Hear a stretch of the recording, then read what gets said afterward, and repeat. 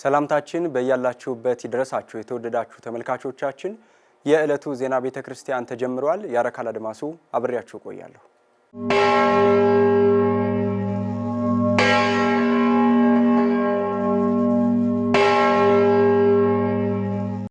ወደ ቀዳሚው ዜና አልፋለሁ። ቅዱስ ሲኖዶስ የተመሰረተበት 75ኛ ዓመትና የቤተ ክህነት አስተዳደርና ሊቃውንት ጉባኤ አደረጃጀት መሰረት የሆነው መንፈሳዊ ጉባኤ ዘመንግስተ ኢትዮጵያ የተቋቋመበት 100ኛ ዓመት የመታሰቢያ በዓል ተከበረ። በዚህ ዕለት የቅዱስ ሲኖዶስን ታሪክ የሚዘክር መጽሔትም ተመርቋል።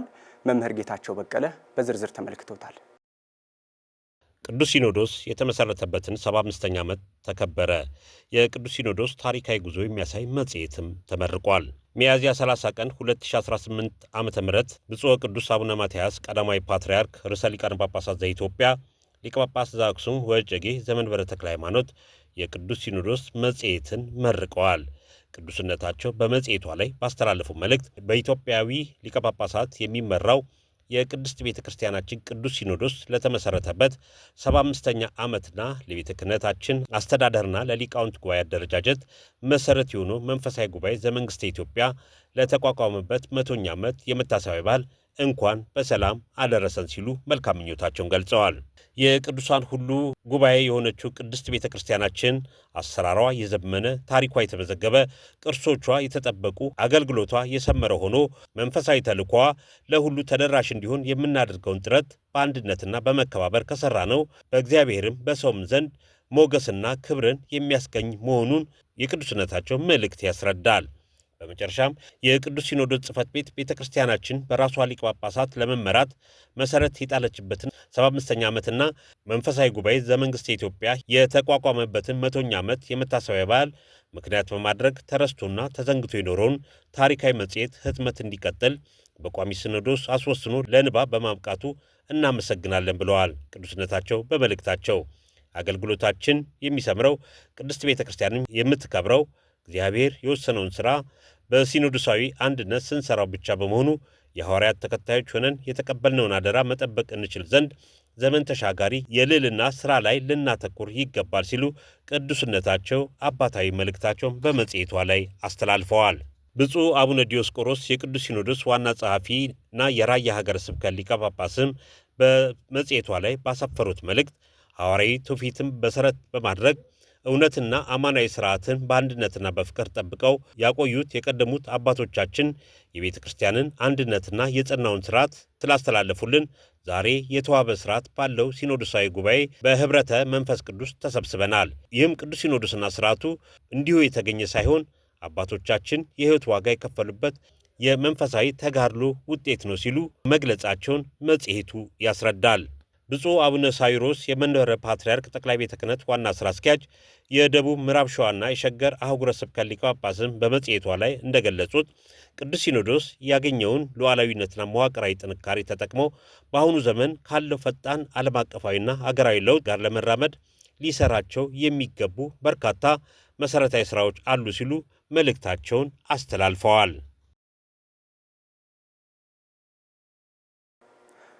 ቅዱስ ሲኖዶስ ግንቦት 29 ቀን 2018 ዓ.ም በአራት ደንቦች ላይ ተወያይቶ ውሳኔ ያሳለፈ።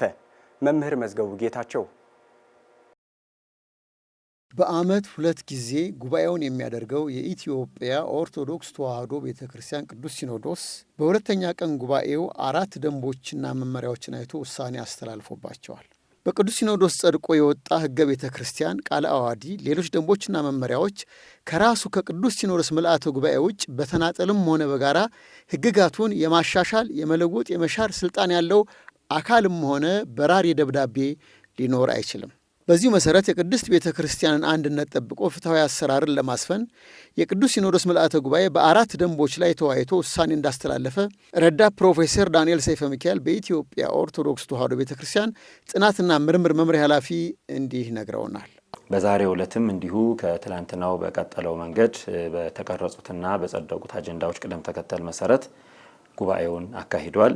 በመጀመሪያ የታየው አጀንዳ በአጀንዳ ተራ ቁጥር 4 ላይ ስለ ደንቦችና መመሪያዎች የቀረቡትን አጀንዳዎች ነው። እንደሚታወቀው በቤተክርስቲያናችን ስርዓትና ሕግ መሰረት ደንቦችን የማውጣት የማጽደቅና የማስፈጸም ሙሉ መብት የቅዱስ ሲኖዶስ መብት ነው። በዚሁ መሰረትም በሊቃውንተ ቤተክርስቲያን፣ በሕግ ባለሙያዎች፣ በመንበረ ፓትርያርክ ጠቅላይ ቤተ ክህነት በኩል ተቀርጸው ተዘጋጅተው ለውሳኔ የቀረቡ አጀንዳዎች ላይ ምልዓተ ጉባኤው ሰፊ ውይይት በማድረግ ውሳኔዎችን አስተላልፏል። የመጀመሪያው ተቀርጾ ለውሳኔ የቀረበው ደንብ የስብከተ ወንጌልና ሐዋርያዊ ተልእኮ መምሪያ ያቀረበው የአፈጻጸም መመሪያ የተመለከተ ነው። ይህም ረቂቅ መመሪያ ለቅዱስ ሲኖዶስ ከቀረበ በኋላ የቅዱስ ሲኖዶስ ምልዓተ ጉባኤ የስብከተ ወንጌልና ሐዋርያዊ ተልእኮ የበላይ ሊቀ ጳጳስ ብፁዕ አቡነ ማርቆስ ያቀረቡትን ረቂቅ ከተመለከተ በኋላ ደንቡ አስፈላጊ ናቸው የሚባሉ ነገሮችን በማካተት በብፁዕነታቸው ብፁዕ አቡነ ማርቆስ የስብከተ ወንጌልና ሐዋርያዊ ተልእኮ የበላይ ኃላፊ ሊቀ ጳጳስ የበላይ ሰብሳቢነት ይሄ ደንብ በሚገባ ታይቶ የሕግ ባለሙያዎች ታይተውበት ለቀጣይ የጥቅምት ምልዓተ ጉባኤ ለመጽደቅ እንዲቀርብ ቅዱስ ሲኖዶስ ወስኗል። በሁለተኛ ደረጃ የቀረበው ደንብ የምግባረ ሰናይ ጠቅላላ ሆስፒታልን መተዳደሪያ ደንብ የተመለከተ ነው። ይኸውም ደንብ እንዲሁ ከጤና ፖሊሲ እና ጤና ነክ ከሆኑ ጉዳዮች ጋር ተገናዝቦ እንዲሁ በሚገባ ያሉት ጉድለቶች ተሟልተው ለውሳኔ እንዲቀርብ ቅዱስ ሲኖዶስ ምልዓተ ጉባኤ በሁለተኛ ደረጃ ወስኗል። የኢትዮጵያ ኦርቶዶክስ ተዋሕዶ ቤተ ክርስቲያን ቁጥረ ብዙ መጻሕፍቷንና ቅዱሳት ንዋያትን በኢትዮጵያ አእምሮአዊ ንብረት ባለሥልጣን መስሪያ ቤት የቅጂና ተዛማጅ መብቶችን አስመዝግባ ባለመብት መሆኗ ታውቆላት እያለ አንዳንድ ግለሰቦች ይህን ሕጋዊ መብት በመጣስ የቤተ ክርስቲያኑን መጻሕፍት እንደ ግል ንብረታቸውና ከፍ ሲልም በመጻሕፍቱ ይዘት ላይ ምንም ሳይጨምሩ አዘጋጅ በማለት ስማቸውን እየጻፉ ለገበያ ሲያቀርቡ ይታያል። ግንቦት 29 ቀን 2018 ዓ.ም የዋለው የርክበ ካህናት ቅዱስ ሲኖዶስ በዚህ ጉዳይ ላይ በጥልቀት ከተወያየ በኋላ የሚከተለውን ውሳኔ አሳልፈዋል። ሶስተኛው የቀረበው የመዝገበ አእምሮ የአብነት ትምህርት ቤቶችን በመላው ዓለም ለማስተዋወቅ የቀረበው አጀንዳ ነው። ይህንንም ቅዱስ ሲኖዶስ ምልዓተ ጉባኤ በጥልቀት በመመርመር እንደዚህ አይነት የቤተ ክርስቲያንን አእምሮአዊ ንብረቶች የተመለከቱ ጉዳዮች በአጠቃላይ በቤተ ክርስቲያናችን መዋቅርና በቤተ ክርስቲያናችን ተቋማት ብቻ እንዲፈጸሙ ከፍተኛ አጽንኦት በመስጠት ውሳኔዎችን ያስተላለፈ ሲሆን ከነዚህም ውሳኔዎች ውስጥ ዋና ዋናዎቹን ለመጥቀስ ያህል አንደኛ እንደዚህ አይነቱ የአብነት ትምህርት ቤቶችንም የተመለከተ የቤተ ክርስቲያናችን አእምሮአዊ ንብረቶች የተመለከቱ ጉዳዮች በቤተ ክርስቲያኖች ተቋማት መሰራት እንዳለባቸው ትኩረት ተሰጥቶት እንዲሰራ በመወሰን ይሄንኛውን አጀንዳ በተመለከተ የሊቃውንት ጉባኤ የትምህርትና ማሰልጠኛ መምሪያ እንዲሁም የመገናኛ ብዙሃን ስርጭት አገልግሎት ስርጭት ድርጅት በጋራ በመሆን ይህንን ስራ በራሳችን ቴሌቪዥን ወይም በራሳችን የቤተ ክርስቲያኒቱ የሳተላይትና የዲጂታል ሚዲያ እንዲሰራጩ ወይም እንዲሰሩ እንዲሆን በማለት ወስኗል። ከዚሁም ጋራ በማያያዝ የቤተ ክርስቲያናችን አእምሮአዊ ሀብቶች በመዋቅር በቅዱስ ሲኖዶስ መዋቅር እንዲተገበሩ ያለ ቅዱስ ሲኖዶስ ፈቃድና ያለ ቤተ ክርስቲያን መዋቅር ማናቸውም ውጫዊ አካላት እንዲህ አይነት ተግባራትን እንዳያሰራጩ ቁጥጥርና ክትትል እንዲደረግ ለሚመለከተውም አካል ይኸው በጽሁፍ እንዲገለጽ ምልዓተ ጉባኤው ወስኗል። አራተኛው ደንብ የኢትዮጵያ ኦርቶዶክስ ተዋሕዶ ቤተ ክርስቲያን አንድነት ገዳማት ኅብረት ጉዳይ ሲሆን የተወሰነውንም ውሳኔ ረዳት ፕሮፌሰር ዳንኤል ሰይፈ ሚካኤል እንዲህ ነግረውናል። በአራተኛ ደረጃ የቀረበው ደንብ የኢትዮጵያ አንድነት ገዳማት ኅብረት መተዳደሪያ ደንብን የተመለከተ ነው። በዚህም ላይ የቅዱስ ሲኖዶስ ምልዓተ ጉባኤ ሰፊ ውይይት በማድረግ ደንቡ ብፁዓን አባቶች ተካተውበት ብፁዕ አቡነ ቀለሜንጦስ የሰሜን ሸዋ ሀገረ ስብከትና የቅዱስ ባስልዮስ መንፈሳዊ ኮሌጅ የበላይ ሊቀ ጳጳስ፣ ብፁዕ አቡነ ማርቆስ የስብከተ ወንጌልና ሐዋርያዊ ተልእኮ መምሪያ የበላይ ሊቀ ጳጳስ በሚመሩት የመንበረ ፓትርያርክ ጠቅላይ ቤተ ክህነት ቀደም ሲል የተዋቀረው ይህንኑ ለማጥናት የተዋቀረው ኮሚቴና የሕግ ባለሙያዎች እንዳስፈላጊነቱ በማካተት የአንድነት ገዳማት ኅብረቱ ተወካዮች በአስረጅነት ባሉበት ደንቡ በሚገባ ተዘጋጅቶ ለውሳኔ ለቅዱስ ሲኖዶስ ምልዓተ ጉባኤ ውሳኔ እንዲቀርብ የቅዱስ ሲኖዶስ ምልዓተ ጉባኤ ወስኗል። በናይጄሪያ የተመሰረተው ሆህተ ሰማይ ቅድስት ኪዳነ ምሕረት ቤተክርስቲያን በታላቅ ድምቀት ቅዳሴ ቤቱ ተከበረ። ሙሉቀን ሐሰን ዝርዝር አላት። በታሪክ ለመጀመሪያ ጊዜ በናይጄሪያ ምድር የተመሰረተው ሆተ ሰማይ ቅድስት ኪዳነ ምሕረት ቤተክርስቲያን በአካባቢው ለሚኖሩ ኢትዮጵያውያንና ለኢትዮጵያ ኦርቶዶክስ ተዋሕዶ እምነት ተከታዮች ትልቅ የደስታ ምንጭ ሆኗል።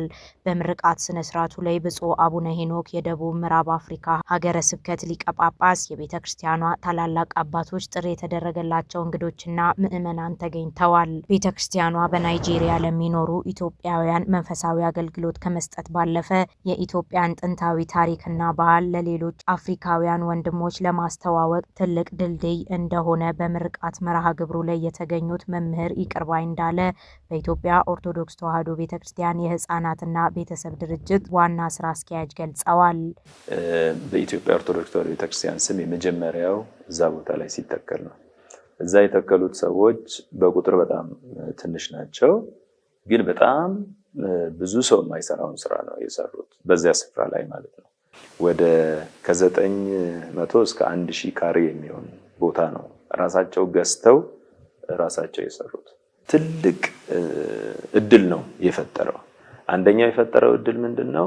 የዚያ ሀገር ዜጎች ራሳቸው ተጠርተው መጥተዋል። እዛ የካቶሊኮቹ፣ የኢቫንጀሊካሎቹ አብያተ ክርስቲያናትን የሚመሩ በሙሉ አብዛኞቹ እዚያ ቦታ ላይ መጥተዋል።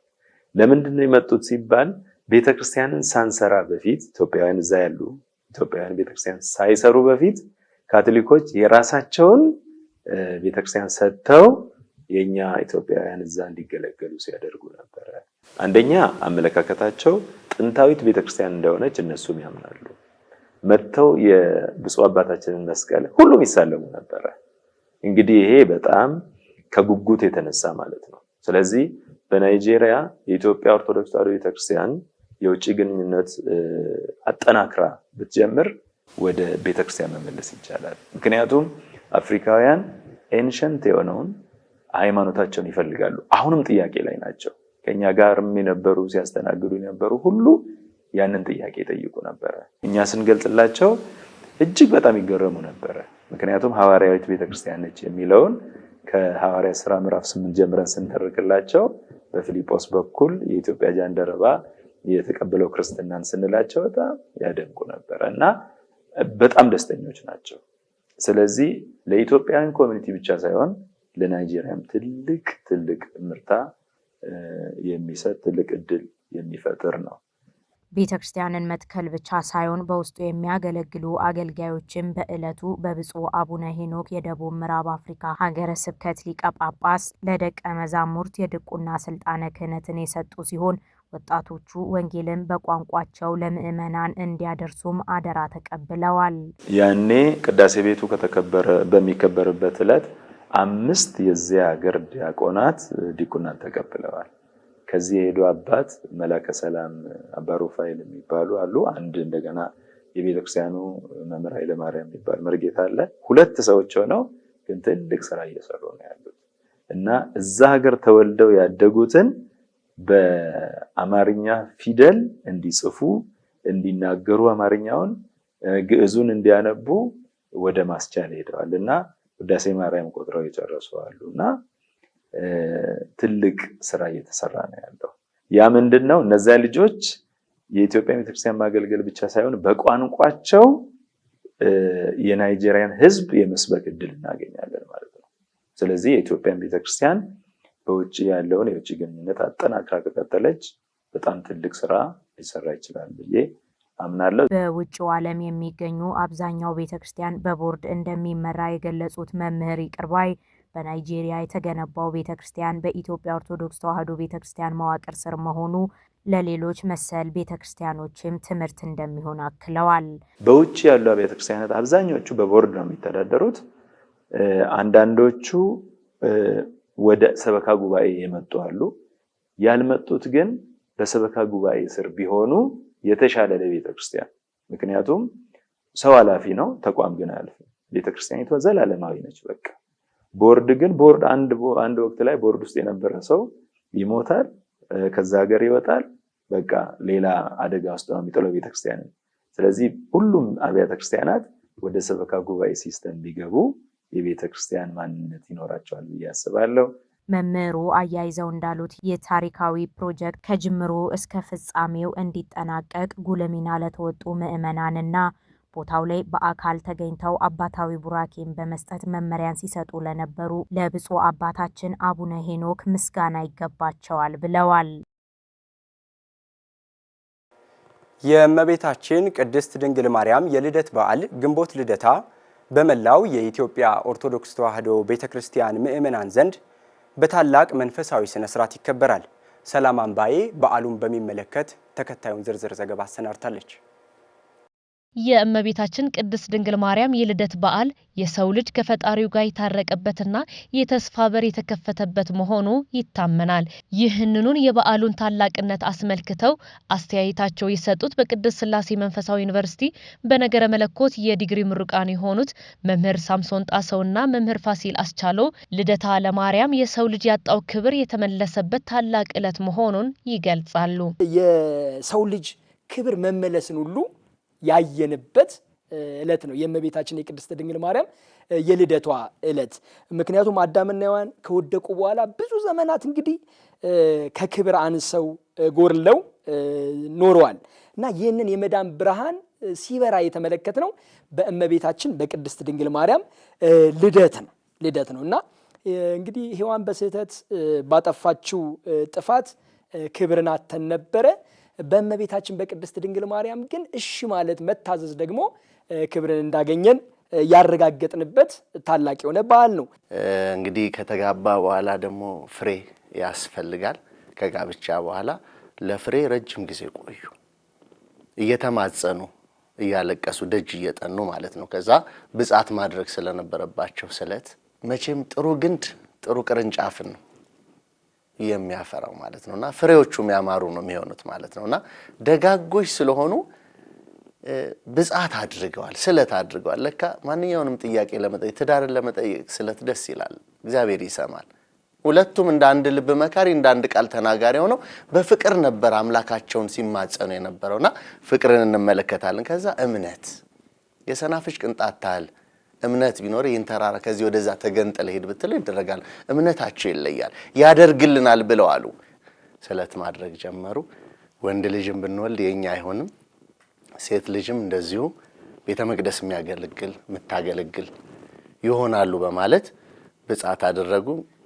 ከዛ የነገሩት የማይነሳ የነመዱትን ደግሞ የማይነሳ አምላክ የልመናቸውን ሰምቷቸው ነሐሴ 7 ቀን ማምላክ ወላዲተ አምላክ ቅድስት ድንግል ማርያም ተጸንሳለች ማለት ነው። ከተጸነሰች በኋላ እንግዲህ አሁን ዋናው በዓሉ እንደምናየው ልደት ስለሆነ እመቤታችን ቅድስት ድንግል ማርያም ግንቦት 1 ቀን ተወልዳለች። የበዓሉ አከባበር በቤተ ክርስቲያን ከሚከናወነው የጸሎትና የማስቀደስ ስርዓት ባሻገር በማህበራዊ ሕይወት ውስጥም ትልቅ ትርጉም እንዳለው ደቀ መዛሙርቱ ጠቁመዋል። ይሄ በዓል ምን ያስተምረናል ከተባለ ትህትና ነው። የእናታችን የቅድስት ድንግል ማርያምን እናትና አባት ስናስብ ምን አይነት ትህትና እንዳላቸው፣ እመቤታችን ቅድስት ድንግል ማርያምን ስናስብ ምን አይነት ትህትና እንዳላት የበዓሉን ባለቤት ነው እንግዲህ በዋናነት የምናከብረውና የእመቤታችን የቅድስት ድንግል ማርያም ሕይወቷ በጠቅላላ የትህትና ሕይወት ነውና ከበዓሉ የመጀመሪያ የምንማረው ነገር ትህትና ነው። በትህትና ተሰባስበን እንድንመካከርበት እንማራለን። በጸሎት መትጋትን አሁን እንግዲህ ለብዙ ዘመናት መሃን የነበሩት ሐናና ኢያቄም በእውነት መሃንነታቸውን በጸሎት እንዲወልዱ የሚያደርገውን እግዚአብሔርን በመለመን የተጉበት ሕይወት አለና ከዚህ ከበዓሉ ምን እንማራለን? ጸሎትን ማድረግ እንደሚገባ፣ ንጽህናን፣ ቅድስናን፣ ፍቅርን፣ ርህራይን፣ በእግዚአብሔር ፍቃድ መኖርን እንማራለን እና ከዚህ ከበዓል ብዙ ነገሮች እንማራለን። ከሁሉ በላይ ደግሞ ወላጆችን ማክበርን እንማራለን እና በዓሉ ብዙ ነገሮችን ያስተምረናል። ፍቅርን እናይበታለን። የፍቅር መካፈል ማለት አንድነትን እናያለን። አንዱ አንተ ትብሽ አንቺ ትብሽ ተባብሎ ማህበራዊ ትሩፋቱ በጣም የተለየ ይሆናል ማለት ነው። የበዓል ምግቦችን እንመለከታለን። ከዛ የተለያዩ ስነ ስርዓቶችን ሁሉ እናያለን ማለት ነውና ማህበራዊ ቀላል ነገር አይደለም። ብዙዎች ይታረቁበታል። ሽማግሌዎች ስላሉበት ግድ የለም ይቅር ተባባሉ የሚባልበታልና በዓሉ የጸሎት ውጤት በተግባር የታየበት ዕለት በመሆኑ ምእመናን ዕለቱን በመንፈሳዊ ትሩፋትና በበጎ ምግባር ሊያሳልፉ እንደሚገባም መምህራኑ ጥሪያቸውን አስተላልፈዋል። በጾምና በጸሎት ኃጢአት ይሰራል። መጸለይ አለብን ጧት ማታ ማለት ነው ያለ ማቋረጥ እግዚአብሔርን መማጸን መቻል አለብንና በጸሎት ነው። ከዛ ባሻገር እንግዲህ ማህሌቱ ይለያል። ቃል እግዚአብሔሩ ሰፊ ነው። የዓመት ቀለም ነው ያለው። ስለዚህ ከሊቃውንቱ ጋር ሆኖ ደስ ይላል። ትርጉሙ ቅድም ያነሳዋቸው አሉ። ዝማሬዎቹ የተለያዩ ዝማሬዎች አሉ። ሊቃውንቱ መቼም የተሰጣቸው ብዙ ምሁራን አሉ ደጅ ጠንተው ያገኙት ከነሱ ምን ሰማው ስላለ የማህሌቱ በረከት ስላለ በማህሌት ማሳለፍና በማህሌት ማክበር አለብን ነው።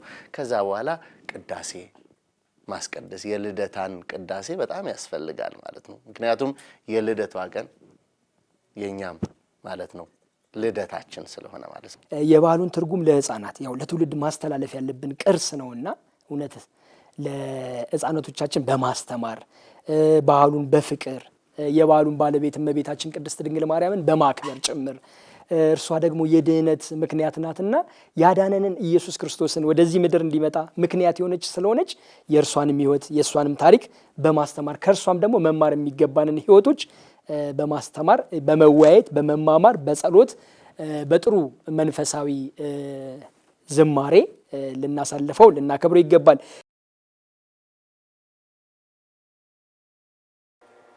የተወደዳችሁ ተመልካቾቻችን ለዕለቱ ያሰናዳነው ዜና ቤተ ክርስቲያን የተከታተላችሁትን ይመስላል። ሌሎች መርሃ ግብሮች ወደ እናንተ መድረሳቸውን ይቀጥላሉ። ከመርሃ ግብሮቻችን ጋር ጥሩ ጊዜ አሳልፉ።